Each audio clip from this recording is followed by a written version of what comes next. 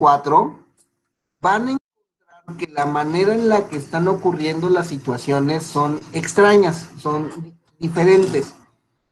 Existe un dilema en la psicología que se llama mente-cerebro. ¿De dónde vienen nuestras capacidades? ¿Dónde se encuentra nuestra personalidad? ¿Dónde está la manera en la que nosotros comprendemos el mundo? ¿Dónde se encuentra el alma? Bueno, son las grandes preguntas que han hecho los filósofos, los psicólogos sobre la teoría mente-cerebro. Algunos dicen, nuestras capacidades están en nuestro cerebro, y nuestro cerebro, como un órgano biológico, es el que se encarga de estructurar, generar. ¿Quién es Joseph? ¿Sabes? Estructurar, generar, entender, controlar, manejar todas las formas de manifestación de la conducta, de las emociones, del alma y de la conciencia. Otros dicen, ¿sabes qué? Es muy simple decir que un órgano como el cerebro, como el corazón, como los nervios, son los únicos responsables del alma, de la conciencia, de la mente. Entonces debe de ser algo que la suma de sus partes sea más distinto y que debe de estar más pegado al espíritu o más pegado a una condición metafísica extraña y considerable. ¿Me doy a entender?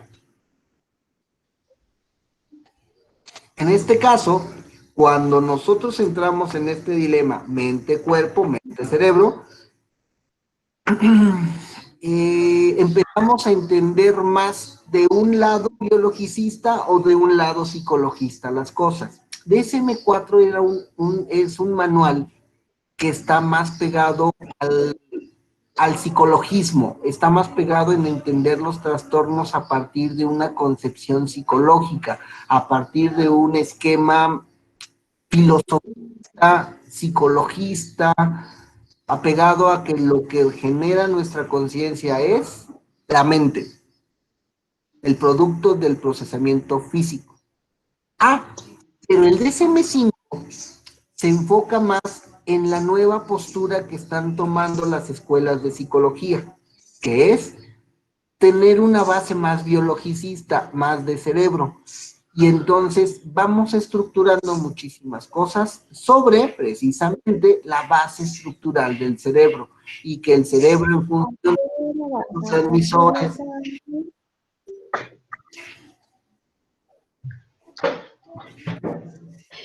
¿Todo bien?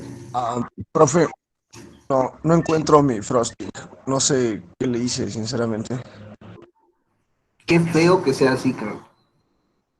Es que lo había hecho la vez pasada, pero no sé, como me mudé a otra casa, no sé dónde lo dejé, no sé dónde está. Creo que lo voy a tener que volver a aplicar.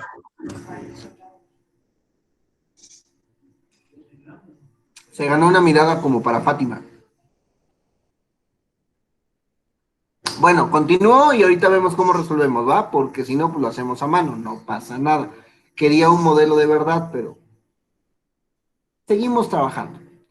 Bueno, les contaba, chicos, entonces, como las nuevas corrientes se volvieron fisiologistas, como las nuevas corrientes se volvieron más de este proceso psicológico, la gente empezó a tomar actitudes bien extrañas, bien complejas, bien diferentes, y empezamos nosotros como gremio psicológico a observar que la neurona era la nueva panacea para explicar la conciencia. ¿Ustedes qué opinan? ¿Sí o no?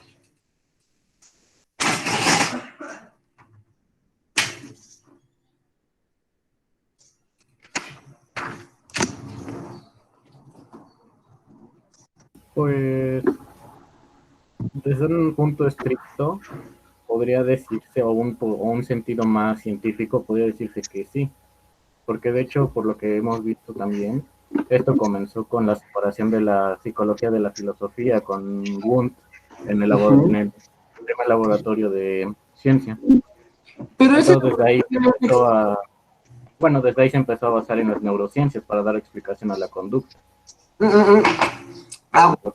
Wundt nunca hizo estudios metodológicos neurocientíficos, hizo psicológicos.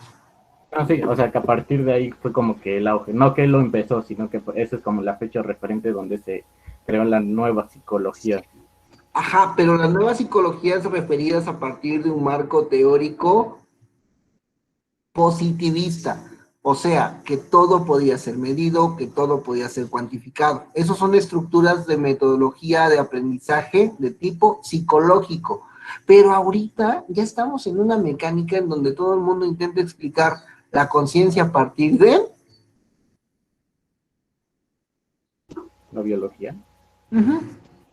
Y está bien, o sea, en lo personal, pero yo también estoy un poquito sesgado, sinceramente, pues, soy neuropsicólogo, entonces, pues quiero entender todo a partir del cerebro, pero creo que en el equilibrio nosotros podríamos ganar más en los aspectos metodológicos de entender la conciencia y la conducta humana, antes que empezar a pelearnos entre nosotros como gremio para decir, las neurociencias son la onda, no necesariamente. Frosty, y para algo resulta el tema, Frosty, ya en sus nuevas versiones, esta es la versión 2, vamos ahorita, les voy a explicar ahorita, les voy a presentar algo sobre Frosty 3, ya es considerada una prueba neuropsicológica, así como neuropsi, que seguramente vieron en cursos anteriores, ¿me explico? Y ya tenemos más una perspectiva de entender las pruebas a partir de un aspecto neurocientífico, neuropsicológico, de neurociencias. Está bien, está padre, aunque, ¿qué creen? De aquí en adelante vamos a empezar a observar pruebas que van a tener la misma estructura, que van a tener esta interpretación neuropsicológica o que van a tener esta interpretación. ¿No quieren el apellido? A partir del constructo biológico de su interpretación. Recuerdan que habíamos platicado mucho sobre los aspectos intrapsíquicos de la conciencia. O sea, tenemos estructuras que no podemos ver hasta que las convertimos en acciones. Tenemos estructuras biológicas que no las podemos generar hasta que entramos en esta mecánica de observación. ¿Sale? Comprendiendo esta parte, la manera en que nos acercamos a las neurociencias a partir de las pruebas psicológicas van a sonarnos para la interpretación de todo lo demás.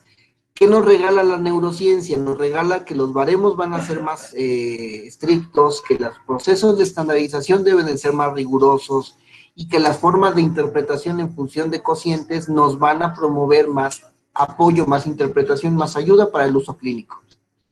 ¿Sale? Y por ello, que nos vamos a detener lo suficiente como para aprender a calificar bien Frosty, para entender qué es lo que pretende la autora cuando propone estos métodos de Frosty, y ya que esto nos va a servir con el concepto de Wise. Las escalas Wechsler las dividen en dos segmentos, escalas de inteligencia verbal y no verbal. Para ello vamos a ver la inteligencia, pero también para ello vamos a entender la nueva forma de interpretar estas baterías gigantescas, que son, escojo ciertos elementos que me dicen lo mismo e interpreto la información que me están sacando de estos segmentos para que yo entienda la conciencia y el funcionamiento de la conducta humana a partir del biologicismo que implica la neurociencia. ¿Se entiende?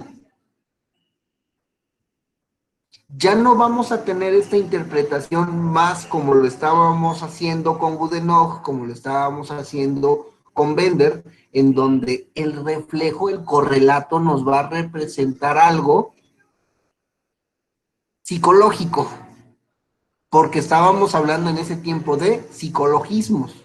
Ahora nos vamos a ir con el constructo teórico del aspecto referencial de la neurociencia, la psicología basada en evidencia, etcétera, etcétera, etcétera.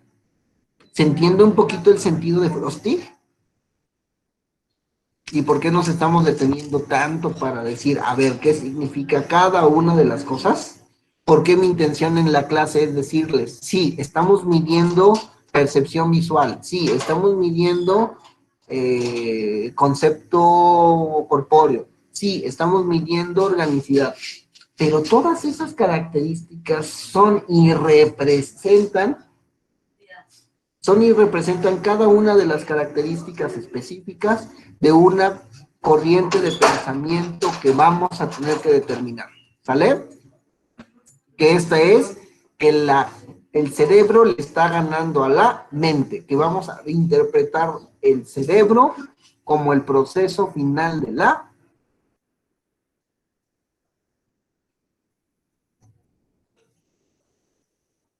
mente. ¿Dudas, preguntas al momento?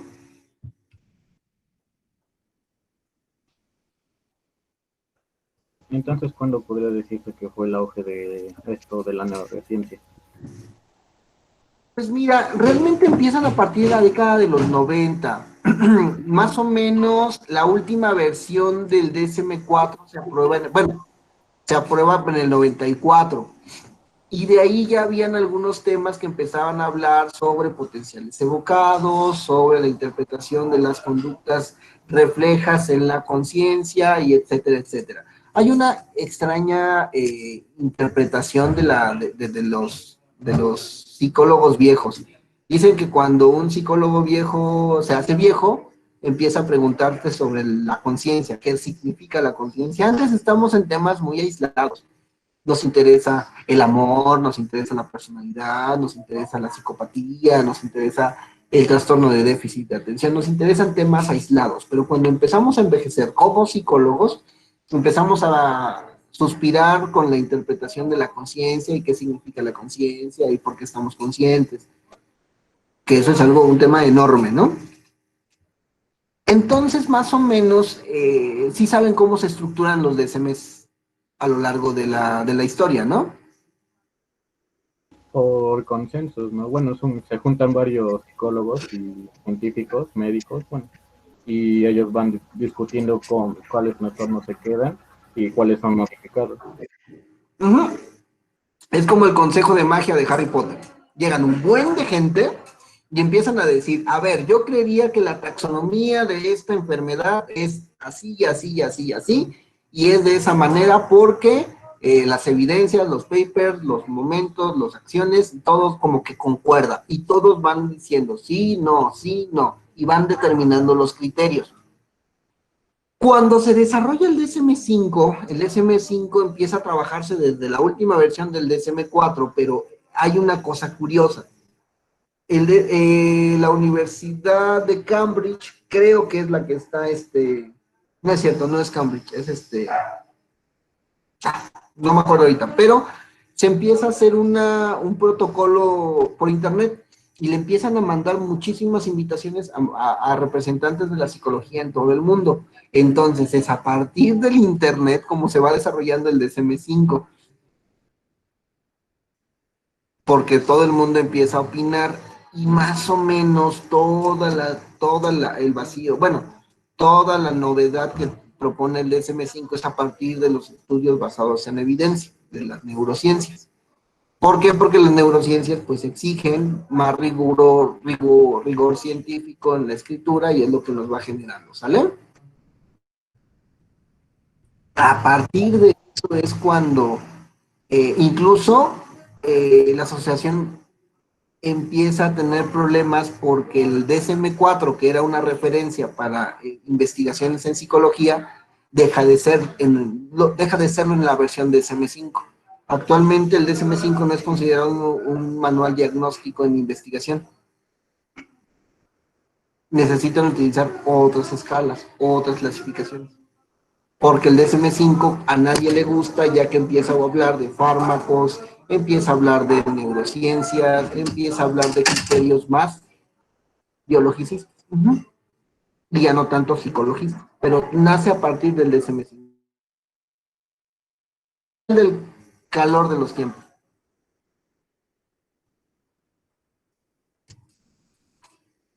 ¿Dudas, preguntas?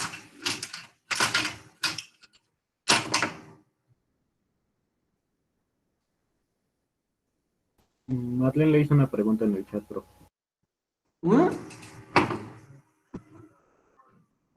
Marlene le hizo una pregunta en el chat. Vale. Hasta el momento, no. Ok. Juan Pablo dice, ok. Ay, Carlton dijo algo. O sea, nos volvemos existencialistas. No, no, no, el existencialismo es más una filosofía. El empirismo, podríamos decir que somos más empíricos ahora como psicólogos, que nuestra forma, nuestro zeitgeist. Hubo un momento en el desarrollo de la ciencia, Carlton, como nosotros como psicólogos, que éramos lo mismo que pseudociencias, que hoy siguen siendo pseudociencias, por ejemplo, la astrología. Éramos lo mismo, lo mismo, lo mismo. Pero a partir del método científico, que vimos metodologías para incorporar el método científico en el estudio de la conciencia y de la conducta, pues bueno, ya fue como salimos de esa.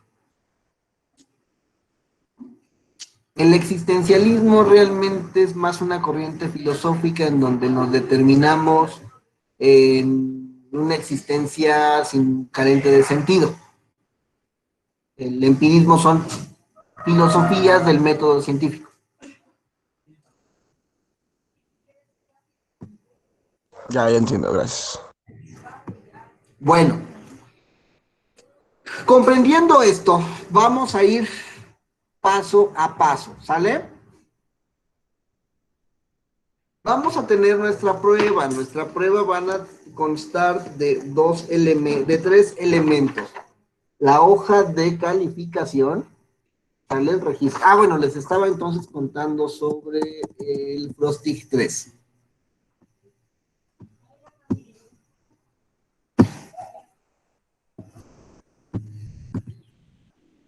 Entonces el Frostig 3 ya es la versión, recordemos que estamos viendo la 2 porque es la que se encontró dentro de la bibliografía, pero la Frostig 3 es una batería de 5 pruebas, se acorta un poquito, que nos agranda el rango de 4 y 12 años, ¿sale?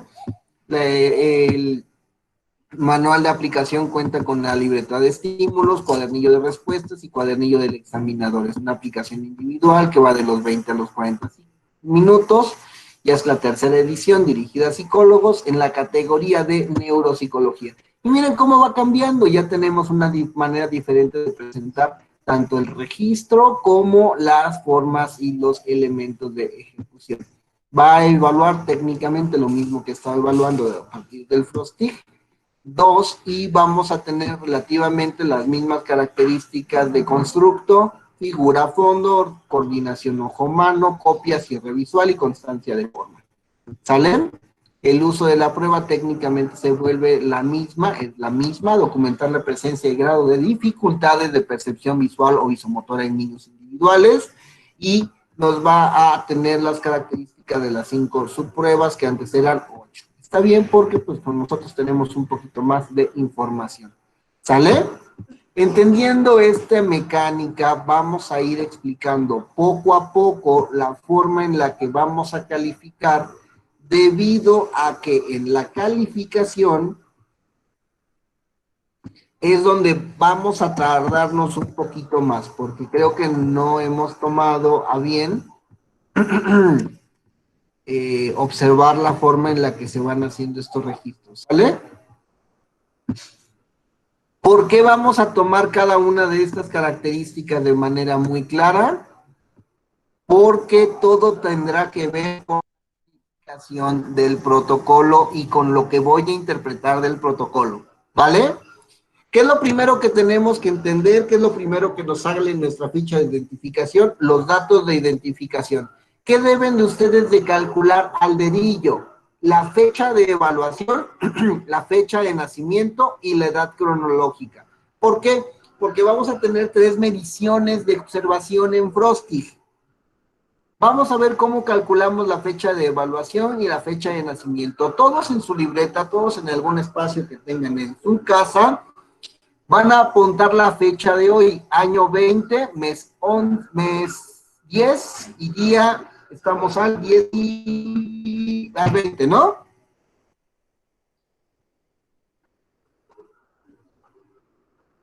Así mero, 20. Y vamos a poner nuestra fecha de nacimiento, el año, el mes y el día. Necesito que me saquen con exactitud su edad cronológica. Si se dan cuenta, la fecha de evaluación menos la fecha de nacimiento es nuestra edad cronológica, 748. Todos, por favor, ponemos cuántos años tengo en este momento en chat. En lo personal tengo 32 años con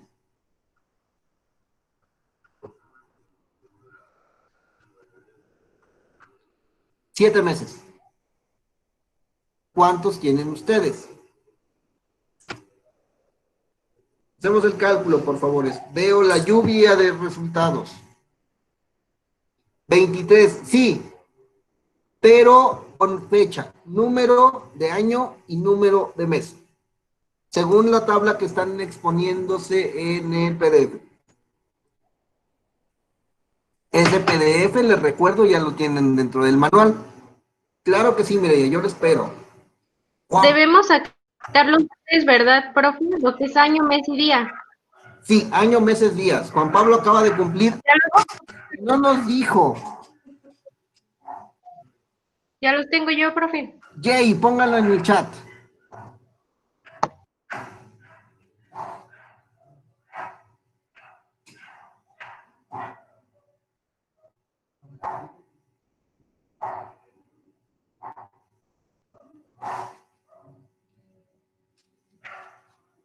Ok, Joseph, muy bien. 22, 8, 7.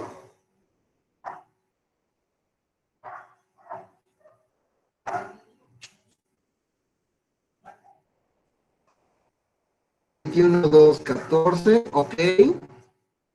Le falta mucho para su cumpleaños, Cintia.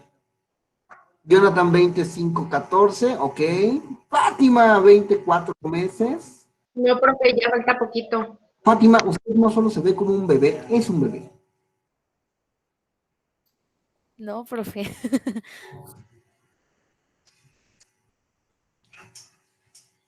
Cintia, 21, 2, 14. Muy bien. ¿Todos nos sale esa cuenta? No, profe, ¿qué hace para...? Es que a mí me sale menos 77. O sea, ¿cómo rayos? ¿Qué están haciendo? No entiendo, porque me sale con el ejemplo, pero lo hago yo y no me sale. Ok. ¿Cuándo nació Carlton? En 97, Ok. 24 de julio. Va a poner una calculadora 2020 y lo va a restar 1997. Ah, sí, ay, que nomás con los últimos dos números. Ya decía yo dije, ¿qué pedo? ¿Qué pasa? Sí, A ver, no ahorita se la hago. preocupe. Se entiende en el ejemplo del libro porque no habían cambiado de milenio, entonces. Rodolfo, 2274, muy bien. ¿Y a Santiano, señor? Cintia también sigue siendo un bebé. Quien tenga 23, que Dios se apiade de su alma. Y sí me refería a usted, Carlton. Entonces mejor ni le digo la mía, profe, me va a hacer bullying. Ay, vamos, Neila. Estamos conviviendo todos. Yo les expuse mi penosa edad de anciano de 32 años, con 7 meses. Con 7 meses, y ahorita les digo cuántos días.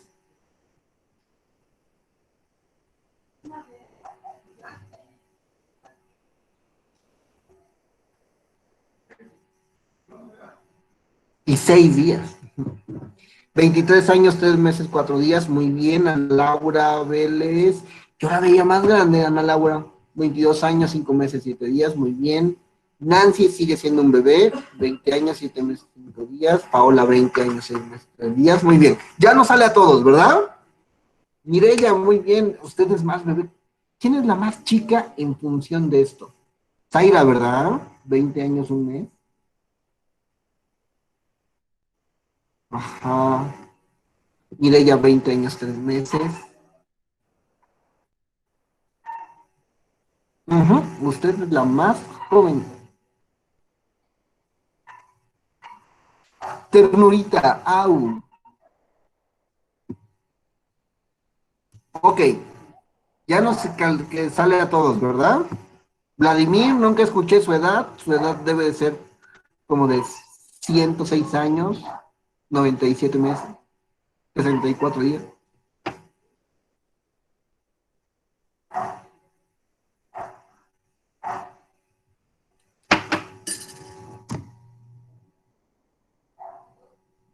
Ok, ¿entendemos eso bien?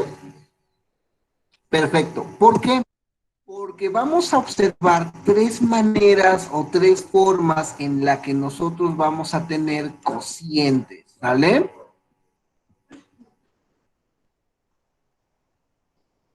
O sea, vamos a tener tres formas de interpretar esta prueba, tres tipos de resultados, ¿vale?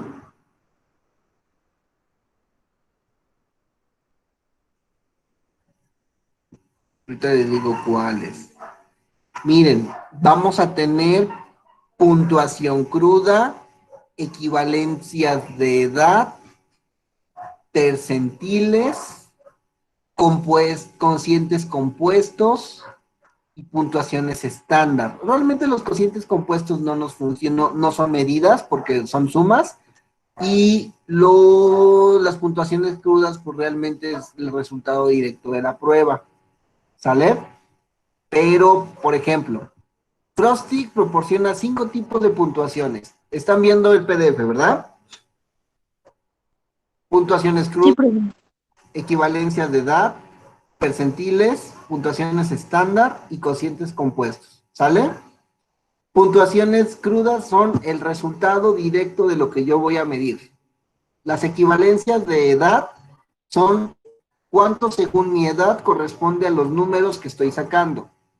Los percentiles es en función de una comparación de 0 a 100, ¿dónde estoy? Las puntuaciones estándar son cómo estandarizo esta mecánica de subpruebas, y los cocientes compuestos son, tengo dos características distintas que las voy a ir juntando, ¿vale? Para esto, veamos un poquito las tablas en donde vamos a interpretar todo. Vamos a tener esta referencia de tablas. Si se dan cuenta, aquí tenemos una tabla que dice equivalencia de edad. 8 años, 4 meses. 8 años, 5 meses. Va de las 8:4 a las 11:2. 11 años y... ¿Bro? Gabriela, de 20 años, casi es un bebé. Yasmín, 21 años.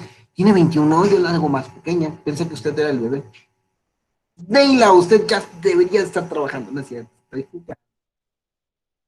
Muy bien, señor. La educación continua es importante. Ya sé, ni me diga. Dale.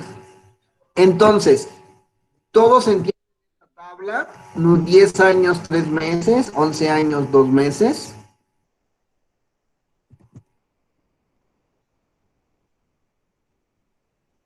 Escucho si sí o si no, ¿sale? ¿Ya entendemos de dónde sale ese punto? Sí. Ok. ¿Qué significa lo de arriba? Si se dan cuenta, tenemos las mismas tablas a un lado que del otro, ¿verdad? ¿Qué significa OM, PE, CO, FF, RE, CB, BBM y CF?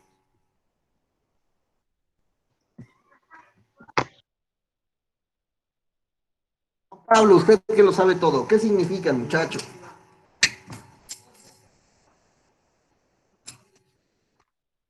No lo sé, profe. Miren, vayamos de nuevo a nuestro protocolo. Se dan cuenta que son 8 subpruebas, ¿verdad?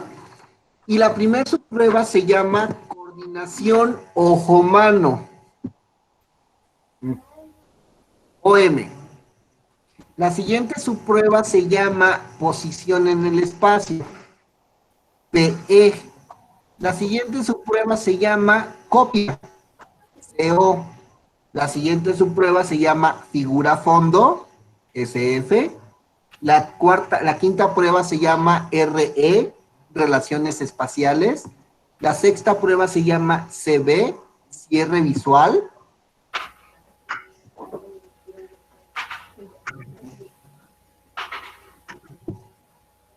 La séptima prueba se llama BB, velocidad visomotora. La última prueba se llama CF, constancia de forma. ¿Ya entendemos de dónde salen estos números y estas letras? Ya. Ya, profe. Es bien importante, ¿por qué? Porque si no nos vamos a perder en las tablas. Y chequen que las tablas que tienen en el manual van a estar en función de esas características. Suma de 8 pruebas, suma de 4 pruebas, rangos percentiles, estos son para cocientes de puntuaciones que me están sumando. OMPE, COFF significan las calificaciones y estos son los percentiles, cuánto saqué y cuánto voy a tener en percentil. ¿Va? Miren, subpruebas en percentiles, BBM, CF. Y tenemos por aquí pruebas en percentiles, pero también tenemos pruebas en otros momentos. Por ejemplo, ahorita llegamos, bueno, que son las tablas de conversión con puntuaciones estándar. Si se dan cuenta, en la primera tabla de conversión de la página 43 tenemos en percentil, pero también tenemos en puntuación estándar. ¿Lo notan?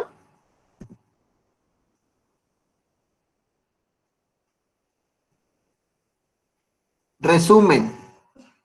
Prostig lo puedo interpretar de muchísimas maneras. Prostig lo puedo tener de muchísimas formas. ¿Recuerdan cómo hacíamos el juego para saber qué nos convenía de la escala Copitz en Bender?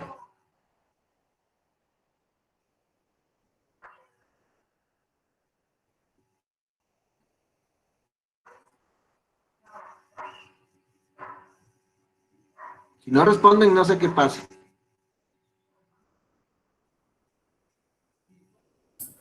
Profe, ¿puede volver a repetirse preguntas que no le escuché? ¿De qué manera? ¿Recuerdan cómo en Copitz nosotros utilizábamos la tabla que mejor nos convenía? Para los resultados, para la interpretación, para la exploración, para lo que yo quisiera medir. Sí. Ah, bueno, pues este es el mismo caso, ¿sale? Sí. Pero nótese que aquí tenemos 5 medidas, de las cuales vamos a utilizar 3 que son las que nos darán información clínica, información que nos va a servir a nosotros para la intervención oportuna. ¿Dudas, preguntas, comentarios?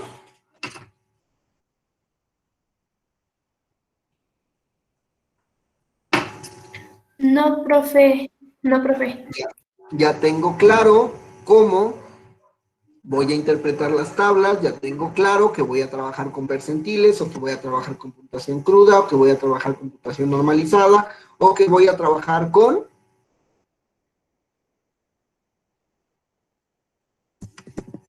edad. ¿Sale?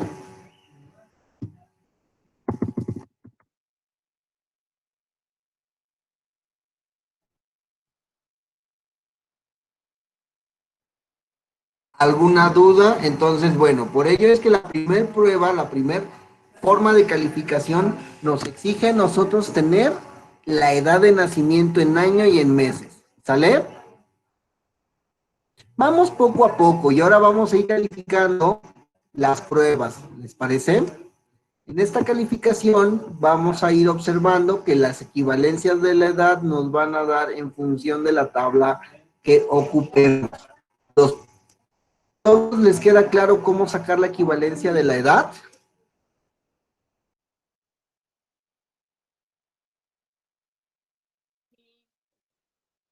Sí, profe.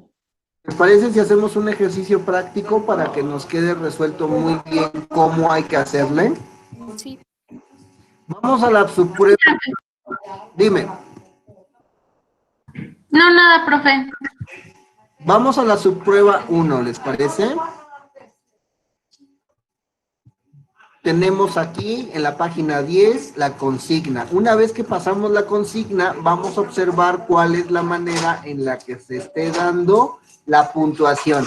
Y nos va a decir, recordemos cuál es la subprueba 1. ¿Se acuerdan cuál es la subprueba 1, chicos?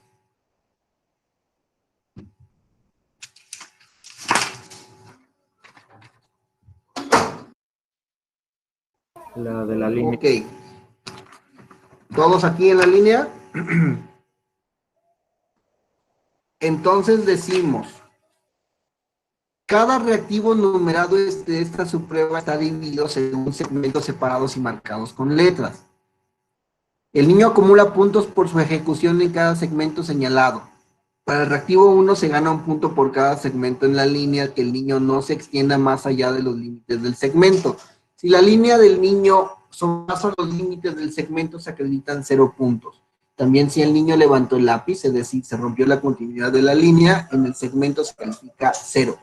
En el reactivo 2, 3 y 4 el camino gris es más angosto que en el reactivo 1 y se colocan líneas adicionales en ambos lados del camino para que puedan informarse intervalos que se usan para la calificación. El camino está dividido en segmentos de pulgada. En cada segmento que el niño queda dentro de la línea gris angosto se ganan 4 puntos. ¿Vale? Si tuvieran su calificación, podríamos trabajar con el ejemplo, pero como no es el caso en esta ocasión, vamos a ir haciéndolo de esta manera, ¿sale? Me voy a conectar al teléfono para que podamos ver cómo se va calificando, ¿ok? Entonces prestamos atención a la línea del teléfono.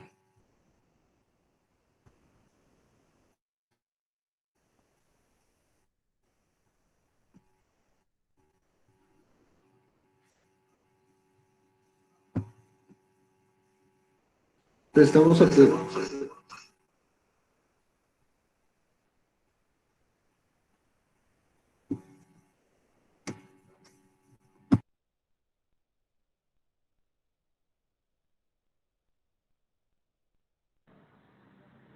Prestamos atención al teléfono.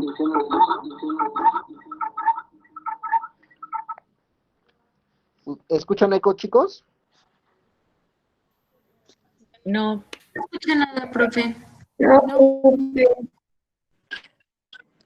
¿No me escuchan nada? no, sí lo escuchamos. No, sí se escucha, Sí, profe. escucha, Sí, pero escucha. poquito. Se escucha bien. ¿Se escucha bien? Ok. Imaginemos que tenemos al párvulo aquí, ¿sale? Entonces, el niño ya nos hizo bien el ejemplo y se fue directo, ¿no? Vale. Cuando vamos a ir al 1, vamos a hacer esto. Y el niño va a hacer su ejecución, ¿sale? ¿Todos notaron la ejecución? Sí, profe. Sí. En este caso, este ejercicio no tiene validez en puntuación porque es el ejemplo, ¿sale? Pero veamos estos. Cada segmento A, B, C, D, E, F, G, H va a valer un punto, ¿cierto? Significa que vamos a tener una calificación de hasta 7. 1, 2, 3, 4, 5, 6, 7, 8, perdón, 8. Me equivoqué. ¿Sale? Segmento A está bien. Segmento B, ¿notan que sale? Sí, profe. Entonces el segmento B no se va a calificar. Segmento C no, segmento D no, pero el E sí, el F sí, el G y el H. Significa que tenemos 5, ¿cierto? Sí, profe. Los que no estén bien hechos se anulan. Sí. ¿Qué es no bien hecho? Hagamos este. Imaginemos que el niño le decimos la consigna y va con el perrito, ¿no? Como que brinca, quita la continuidad, continúa, como que se va chueco, no le sale bien y lo hace. ¿Vieron la ejecución? Vamos a calificarla. Sí. El niño brincó acá, el niño brincó acá. Eso significa que el segmento E y el segmento A no se van a calificar. ¿Sale? Sí, B profe. está bien. Sí, profe. C, noten cómo se sale de la línea, entonces no se califica. D, entra a la línea, pero se queda en el 4. Le damos un solo punto. B, como está dentro de la línea, se va a contar con 4 puntos. F se mantiene en la segunda línea, o sea, tiene 3 puntos. G tiene 4 puntos y H tiene 4 puntos. 1, 2, 3, 4, 5, 6, 7, 8. 8 por 4, 32 puntos posibles, ¿verdad?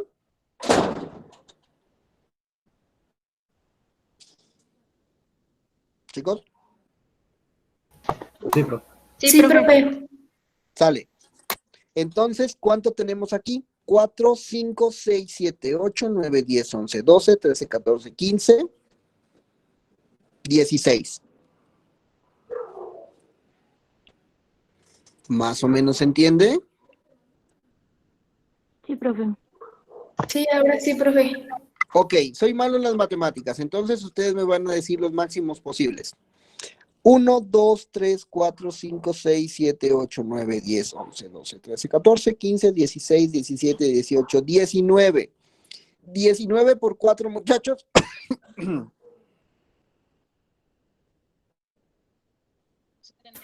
76, profe.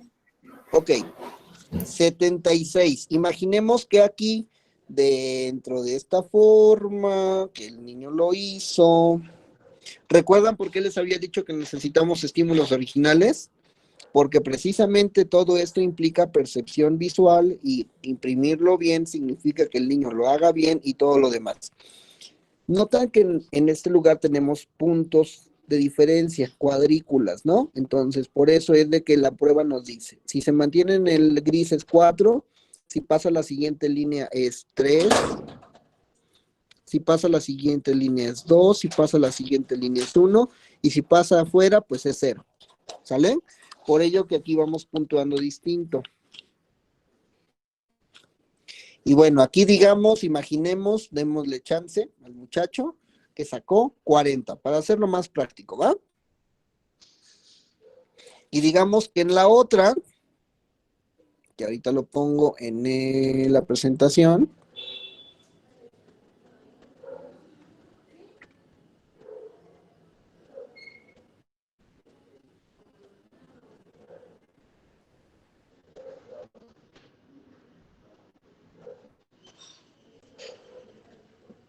¿están viendo la presentación?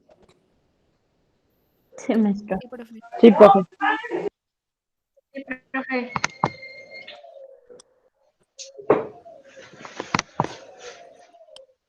1, 2, 3, 4, 5, 6, 7, 8, 9, 10, 11, 12, 13, 14, 15, 16, 17.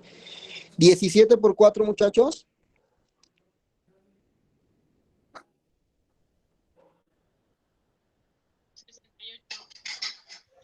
68. 68, profe. Y vamos a pensar 68. que el niño hizo 30, ¿sale? Entonces, ayúdenme con la suma. 5 más, 16 más, 40 más, 37. ¿Cuánto es? 98. 98. 8, profe. Entonces, en la subprueba 1, el total fue 90 y 8. 90 y... Muy bien. Bueno, en este caso vayámonos de nuevo al manual, ¿sale? ¿Ven el manual? Sí, profe. Sí, profe. En la primera subprueba, ojo-mano, noten la presentación, ojo-mano, el niño tuvo, ¿cuántos dijimos? 98. 98 puntos. Si se dan cuenta, la puntuación más baja es 164, lo que significa que el niño tiene menos Sí, de profe. 8 años, 4 meses. ¿Qué pasó?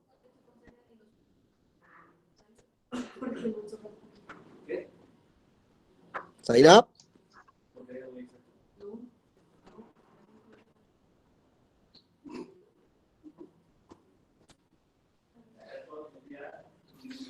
Man, No sé, preguntaron algo. Creo que dijo sí, profe, nada más. Ah, ok. Tiene Entonces, retrasado su audio, profe. bastante. Entonces, ¿qué significa? Que el niño debe de tener menos de 6 años para sacar esa calificación. Imaginemos que no lo hubiéramos sacado 98, que hubiéramos sacado 179. ¿Va? Este 179, ¿a dónde va a equivaler?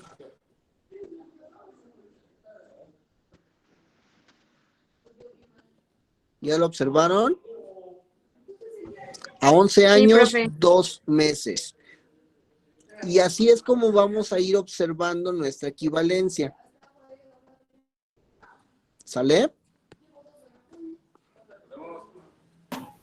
Sí, profe.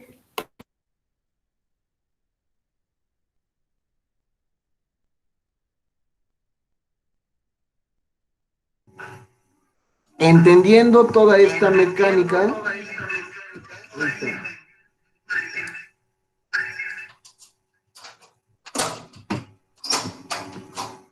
vamos más o menos cómo sacar la primera calificación de la subprueba. Este procedimiento se llama puntaje bruto, ¿sale? Lo que acabamos de hacer se llama puntuación cruda, perdón. Una puntuación cruda es el número total de puntos que el niño obtiene por los reactivos de la subprueba. Estas puntuaciones tienen poco valor clínico.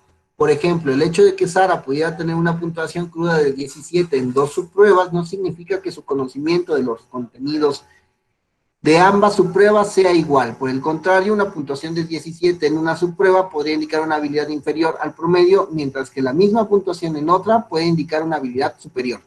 Las puntuaciones crudas se transforman. Las podemos transformar en función de los equivalentes de edad. ¿Sale? Pero también en percentiles. ¿Sale? Los percentiles o rasgos percentiles representan valores que indican el porcentaje de distribución que es igual a o inferior a una puntuación particular.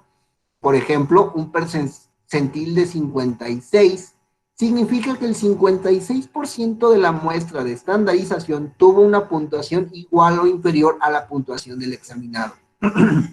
Obviamente, esta interpretación es fácil de entender, lo cual hace que los percentiles constituyan una puntuación popular para que la empleen los practicantes. ¿Sale? ¿Todos entienden un percentil?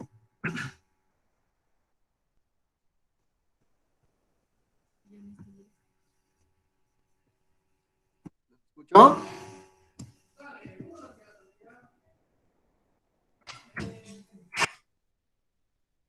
¿Qué dijo, profe? Es que no se escuchó. Un percentil, ¿todos entienden qué es un percentil entonces?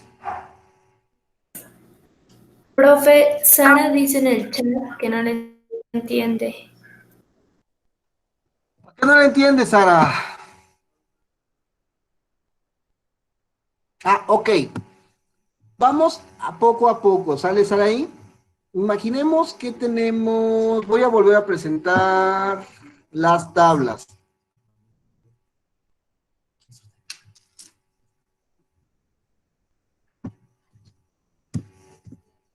Pensemos entonces que estas son las tablas, ¿saben, chicos? Vamos a la tabla de la puntuación en percentiles por edades de 10 hasta 10, de 10 años 0 meses hasta 10 años 11 meses. Recordemos, estos son nuestros segmentos de pruebas, OM, PS, OFF, RS, B, BBM, CF, ¿sale? En este caso el OM, que sería nuestro percentil de ojo-mano, yo, como Mauricio, saqué, ¿cuánto dijimos al final? 179, ¿no? Significa que tengo un percentil de 75, porque lo estoy pareando en la tabla. ¿Lo notas ahí, Sara? ¿Qué significará esto? Que como yo saqué 179 puntos, significa que yo lo hice tan bien como el 75% de las personas que lo hicieron. Si yo saqué 184, significa que lo hice tan bien como el 95% de las personas que lo hicieron.